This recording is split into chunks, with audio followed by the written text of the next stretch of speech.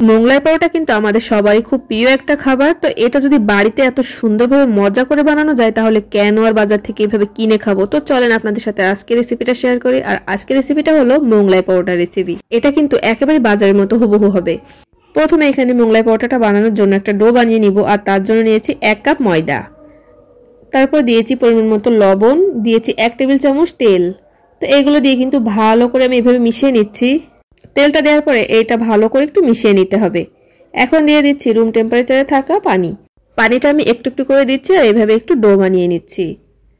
তো আমি কিন্তু এখানে 2-3 বার করে এভাবে পানিটা দিয়েছি আর এরকম সুন্দর একটা ডো বানিয়ে নিয়েছি। আর এই ডোটা কিন্তু একটু সফট হবে। তো এখন কিন্তু আমার ডোটা কমপ্লিট। এখন এর উপরে আমি আরও 1 টেবিল চামচ প্রায় তেল দিয়ে দিচ্ছি। তো এই তেলটা দেওয়ার পরে কিন্তু আরও একটু ভালো করে এটা মুথে নিয়েছি। এখন এটা সাইডে রেখে দিয়েছি। আর এইখানে আমি মোগলাই পরোটার জন্য যে ভিতরে পুরটা হবে সেটা কিন্তু এখানে বানিয়ে নিয়েছি। তার জন্য এখানে নিয়েছি 1 কাপ পেঁয়াজ কুচি, দিয়েছি পরিমাণ মতো কাঁচামরিচ কুচি, আর দিয়েছি 1 চামচ চাট মশলা, আর এখানে পরিমাণ মতো লবণ দিয়ে দিয়েছি। সবশেষে দিয়ে দিয়েছি একটা ডিম। আর এখানে কিন্তু আপনারা 2টা ডিমও দিতে পারেন। তো এখানে আমি একটা ডিম দিয়ে কিন্তু 2টা মোগলাই পরোটা বানাবো। ডিমটা দেওয়ার পরে কিন্তু ভালো করে সবগুলো উপকরণের সাথে মিশিয়ে নিব। আর এটা কিন্তু আমার এখন মিশানো শেষ।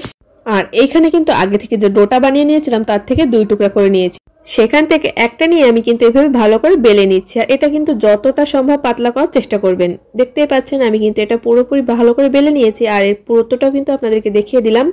আগে থেকে যে ডিমটা আমি তৈরি করে রেখেছিলাম সেটা কিন্তু এখানে মাছ বরাবর দিয়ে দিয়েছি আর এইভাবে চামচের সাহায্যে একটু ছড়িয়ে দিয়েছি। আর সাইডে কিন্তু একটু জায়গা রেখেছি।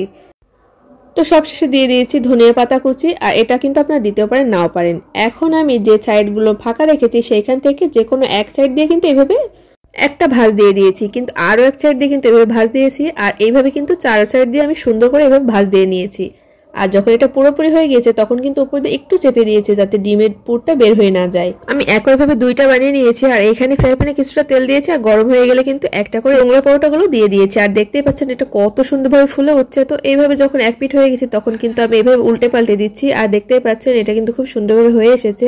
এটা কিন্তু এপিট ওপিট করে সুন্দর করে লাল লাল করে ভেজে নিতে হবে। তো আমার প্রথমটা কিন্তু হয়ে গিয়েছে আর এটা উঠিয়ে নিচ্ছি। একইভাবে কিন্তু আমি আরও একটা এভাবে সুন্দর করে এপিট ওপিট লাল লাল করে ভেজে নিচ্ছি। ব্যাস তৈরি হয়ে গেল ঝটপট বাড়িতে তৈরি এরকম মোগলাই পরোটা। তো দেখতেই পাচ্ছেন এটা কিন্তু অনেক অনেক লোভনীয় হয়েছে দেখতে। এটা কিন্তু এখন বাজারের মতন করে সুন্দর করে চৌকো করে এভাবে কেটে দিচ্ছি। দেখতেই পাচ্ছেন এটা কিন্তু একেবারে বাজারের মোগলাইয়ের মতো দেখতে হয়েছে। এটা কিন্তু বিকালের নাস্তায় বা সন্ধ্যার নাস্তায় জমে যাবে। তো আপনারা চাইলে কিন্তু খুব সহজে এত সুন্দর একটা মোগলাই পরোটা বাড়িতেই তৈরি করতে পারেন। তো দেখতেই পাচ্ছেন এটা কতটা লোভনীয় হয়েছে আর একদম কিন্তু বাজারের মতো দেখতে হয়েছে। তো এটা কিন্তু আমি আপনাদেরকে ভিতর থেকে দেখাচ্ছি এর ভিতরে ডিমের পুরটা কতটা সুন্দর হয়েছে। আমার ভিডিওটা যদি ভালো লেগে থাকে তাহলে অবশ্যই লাইক কমেন্ট করে শেয়ার করে পাশেই থাকবেন। সবাইকে অনেক অনেক ধন্যবাদ।